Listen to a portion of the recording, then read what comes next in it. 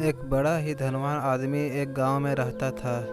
जैसे कि ज़्यादातर पैसे वालों को होता है, इस धनवान सेठ को भी अपने पैसों का घमंड था। वह जिस गांव में रहता था वहां पर ज़्यादातर लोग किसान थे। इन सभी किसानों के पास जितनी ज़मीन थी उससे कई गुना ज़्यादा ज़मीन इस सेठ के पास थी। कई गरीब किसान तो इसके लिए इसके खेतों में काम करते थे। इसी गांव में मोहन नाम का एक बड़ा ही मेहनती और सच्चा किसान रहा करता था। मोहन का परिवार थोड़ा बड़ा था। उसके परिवार में उसके बूढ़े माँ बाप, पत्नी और 3 बच्चे थे जो अभी काफ़ी छोटे थे। मोहन के पास ज़्यादा ज़मीन नहीं थी, लेकिन जितनी भी थी उसमें वह बड़ी मेहनत करता और अपने परिवार का पेट पालने लायक अनाज लगा लेता था। बाकी के किसान भी यह देखकर हैरान रह जाते कि कोई कैसे इतनी सी ज़मीन में इतना ज़्यादा फसल उगा सकता है। एक वर्ष उस गांव में काफ़ी ज़्यादा बारिश हुई, जिसके चलते कई किसानों की फसलें बर्बाद हो गई, जिनमें से एक मोहन भी था।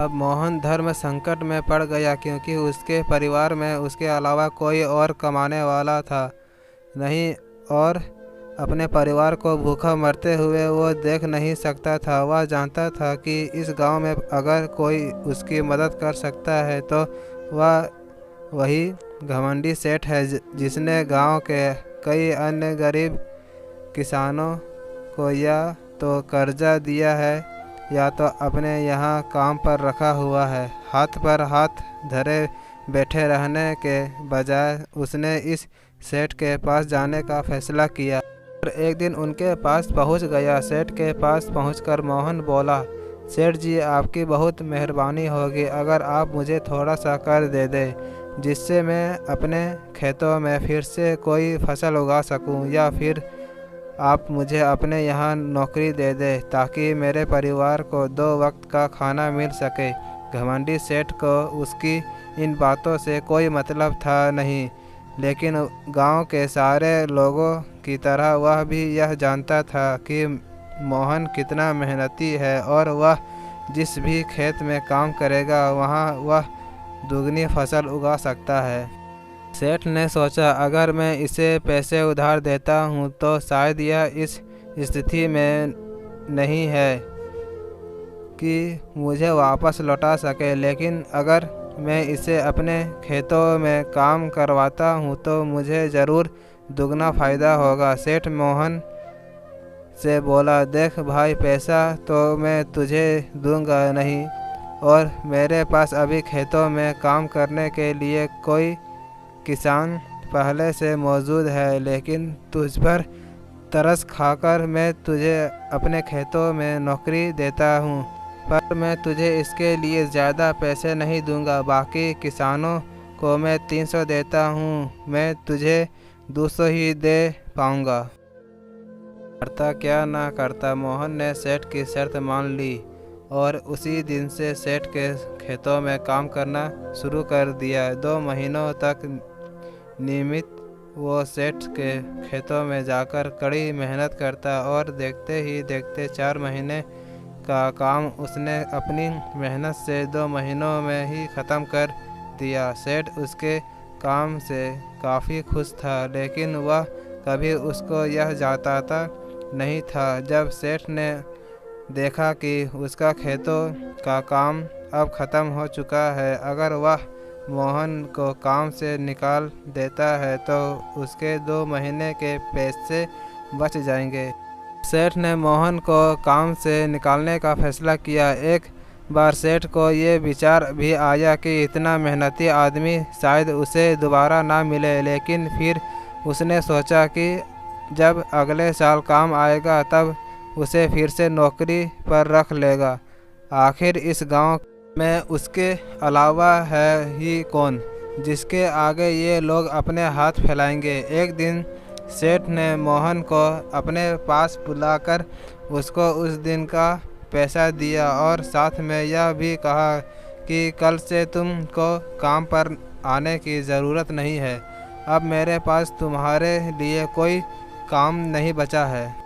जब मेरे पास काम आएगा तो मैं तुम्हें बुला लूँगा। यह सुनकर मोहन का दिल बैठ गया। पिछले 2 महीनों से काम ही सही उसके बच्चों और परिवार के पेट में अन्न का दाना जा तो रहा था, अब वह क्या करेगा। यही सोचकर उसकी आंखों से आंसू निकल आए। मोहन ने सेठ के पैर पकड़ लिए और गिड़गिड़ाने लगा, सेठ जी, मुझे इस काम की बहुत ज़रूरत है, मुझे मत निकालिए। अपने मतलब से मतलब रखने वाला सेठ टस से मस ना हुआ। उसने खरी खोटी सुनाकर मोहन को वहाँ से चलता कर दिया और मन ही मन 2 महीनों की तनख्वाह बचने से खुश होने लगा। अगले दिन जब सेठ सवेरे उठा और अपने आंगन में आया तो उसने देखा कि मोहन उसके आंगन में बैठा है। सेठ ने उसको पास बुलाकर पूछा कि क्या हुआ, तुम क्यों यहाँ पर बैठे हो। मोहन बोला, सेठ जी, मुझे वापस काम पर रख लीजिए। आप जितने ही है, मेरी आर्थिक परिस्थिति कैसी है, थोड़ी दया कीजिए। लेकिन सेठ ने उसकी एक ना सुनी और फिर एक बार उसे बुरा भला कहकर वहाँ से जाने के लिए कहा। बेचारा मोहन अपना सिर नीचे झुका के वहाँ से चला गया। अगले दिन फिर यही घटना दोहराई गई। मोहन फिर सेठ के आंगन में बैठा था। सेठ ने फिर उसको वहाँ से जाने के लिए कहा। यही घटना अगले कई दिनों तक चलती रही। अब तो मोहन सेठ के हकालने पर भी वहाँ से नहीं जाता था और वहीं पर बैठा रहता था। एक बार सेठ ने उससे पूछ लिया, तुम कैसे आदमी हो, मैं तुम्हारा इतना अपमान करता हूँ लेकिन तुम्हें कोई फ़र्क ही नहीं पड़ता। तब मोहन ने सेठ से कहा, बुरा तो बहुत लगता है सेठ जी, लेकिन जब घर जाता हूँ और भूख से बिल खाते अपने माँ बाप और बच्चों को देखता हूँ तब यह अपमान मुझे कुछ भी नहीं लगता। इतना सब कुछ होने के बाद भी सेठ का दिल जैसे पत्थर का बना हुआ था। उसने मोहन को अभी तक काम पर नहीं रखा और ना ही उसका ऐसा करने का कोई इरादा था। एक दिन सेठ ने सोचा कि कुछ दिनों के लिए किसी और गांव चला जाता हूँ ताकि मोहन से पीछा छुड़ा सकूँ। अगले दिन मोहन के आने से पहले ही सेठ अपने परिवार को लेकर अपने किसी संबंधी के यहाँ चला गया। कहीं कोई और काम मिल गया होगा या फिर और कुछ। इन विचारों ने सेठ को बेचैन कर दिया और आखिरकार सेठ को मोहन का खबर लेने के लिए गांव में जाना पड़ा।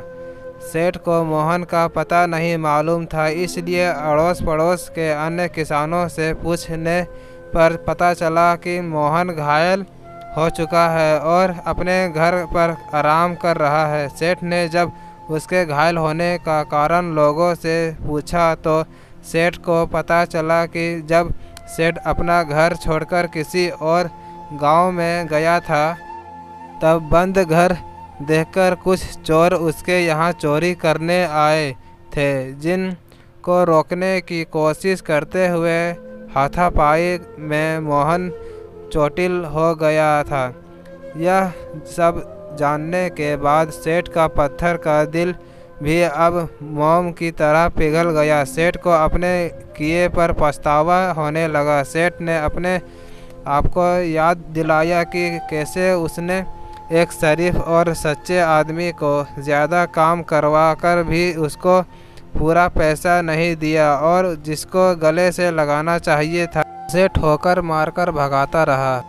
सेठ मोहन का घर का पता पूछकर उसके घर पहुंचा तो देखा कि मोहन की घर की हालत बहुत ख़राब है। उसका परिवार भूख से बेहाल है और वह खुद अपने हाथ पैर पर चोट के साथ एक खाट में पड़ा हुआ है। यह दृश्य देखकर सेठ की आंखों से आंसू बह निकले। सेठ ने मोहन के पास जाकर उससे सच्चे दिल से माफ़ी मांगी, उसको उसकी मेहनत के पैसे दिए, उसका इलाज करवाया और उसको हमेशा के लिए अपने यहाँ काम पर रख लिया।